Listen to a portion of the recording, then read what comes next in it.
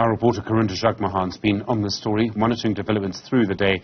She joins us now. Karinda, good afternoon to you. I don't think anyone saw this coming from the Education MEC, allegations of abuse. Obviously early days. Do we know much at this stage?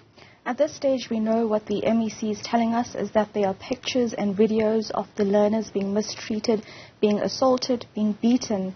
And this, apparently in the name of discipline, this was a discipline camp organized by the NPO Rising Stars Generation.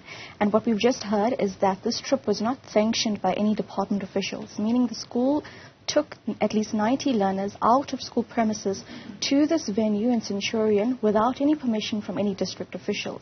There were no educators there. There were no lifeguards at this dam, just one social worker.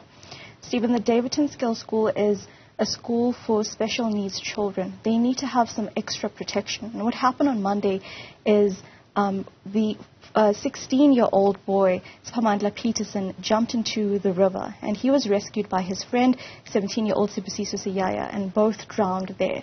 But after this, and after visiting the Siyaya family, the MEC came out and in that media briefing said that he was just told by the Siyaya family about these videos and pictures that learners were mistreated, and going forward that those learners after the camp were dropped off at a garage and made to walk home from that garage around the Tembisa area where most of the learners are from.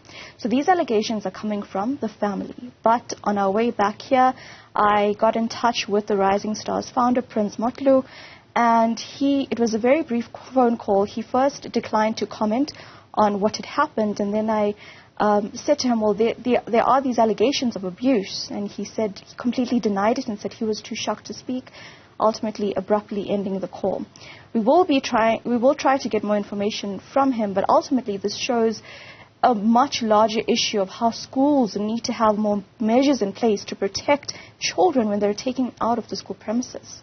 There's so much to all of this, and I mean, you've got 90 learners. I mean, that's a large number of learners just to control if they're teenagers, just to manage the situation, just to make sure that they're all safe. We have an organization, an NPO, that seems to have just taken over in some ways, and the school got no approval for this at all. Not at all. The school was supposed to ultimately sanction the trip by means of alerting the district level, but they say they were not aware of this. No person in the education department, aside from the school officials, were aware of this excursion taking place. And even the allegations of abuse, in the comments you might have just heard from the MEC, he said it was shocking that he didn't learn about these allegations from the principal, who he had met early in the morning, but from the parent of the child who died, who had been communicating with the other parents. So also what has to happen going forward is urgent action taken against the school. That's something that the mother of the grandmother of Spamandla Peterson has asked for swift justice to fast track this. Every time we have tried to raise the question of Rising Stars Generation with the department, either in the morning at the media briefing or after the allegations of abuse emerged, it was quickly there was a resistance to immediately commenting and then saying, well, the law firm will take over this. They will investigate, dig deeper, but the same law firm or similar law firms are investigating the other cases. This is the third case. Just this year alone, every time the department's saying it's an eye-opener. But how many eye-openers do you need to have before another child dies? Karinda Jagmohan, thank you very much indeed, our reporter on that story today.